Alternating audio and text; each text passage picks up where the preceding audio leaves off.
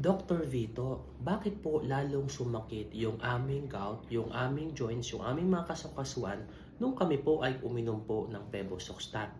Nakita naman po namin na talagang mataas po ang aming uric acid at tama naman po ang bigay ng aming mga doktor. Bakit po ito sumakit?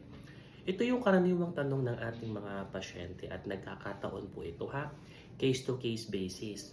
So, common po talaga kadalasan yung pag-inom ng Pebosoxstat, sumasakit ang inyong kasukasuan, mataas ang inyong uric acid, makakaramdam po kayo na talagang sumasakit lalo ito. No? Iba sabi nila, lalo naman po doktor lumala.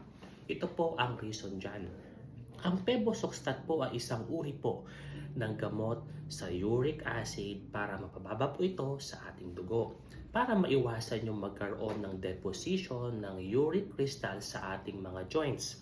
Ngayon kasi, kapag ininom niyo po yung Pebosoxstat, tumutulong ito para mapababa ang uric acid at yung mga uric crystal ay nagsisimula pong matunaw or ma-dissolve.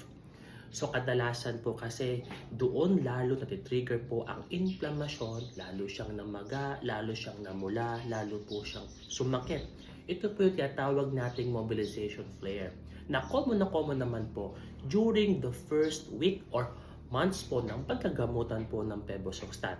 Hindi po ito nangangahulugan na mali ang prescription or na-prescribe sa inyo or ito po ay isang side effect. Kundi po ito isang reaction lamang po, no? So ito naman po ay kadalasan nangyayari kapag tinutunaw po ang ating uric crystal sa ating mga joints. So anong mga dapat natin gawin? Maaari naman po talaga magpakonsulta muna. Huwag kayo iinom ng gamot. Bumalik kayo sa doktor, sabihin niyo po ang nangyari. Maaari po kasing gamutin muna yung pamamaga nang sa ganon maiwasan po ito. Or hindi po nitigil ang gamot. Bagkus magbibigay po kami ng gamot para mawala ang pamamaga, mawala po ang pain. Magandang na ma-manage po ito ng mga doktor dahil kami lamang po ang makakapagtulong sa inyo para maiwasan ang mga to. Pangalawa po kapatid, pwede rin baguhin yung ating lifestyle. So alam naman natin dati tumaas na yung ating uric acid, no? So tayo nag-follow up, mataas pa din. Baguhin niyo po yung ating lifestyle, yung pagkain po ng mga karne, yung mga fructose sugar. So iwasan po natin yung mga pinayo ng ating mga doktor para hindi po to sumasakit.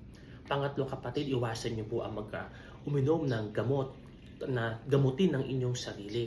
Dahil ito po isang reaction na may mga existing kasing karamdaman. Papaano kung tumataas pala ang iyong creatinine? Papaano kung meron kang ibang karamdaman? Papaano hindi pala angkop sa inyo yung gamot na inyong iniinom at ito po ay kasabay po ng Pebosoxstat, di ba? Napaka-importante po na bumalik sa mga doktor natin nang sa ganon matulungan namin kayo sa gantong mga problema.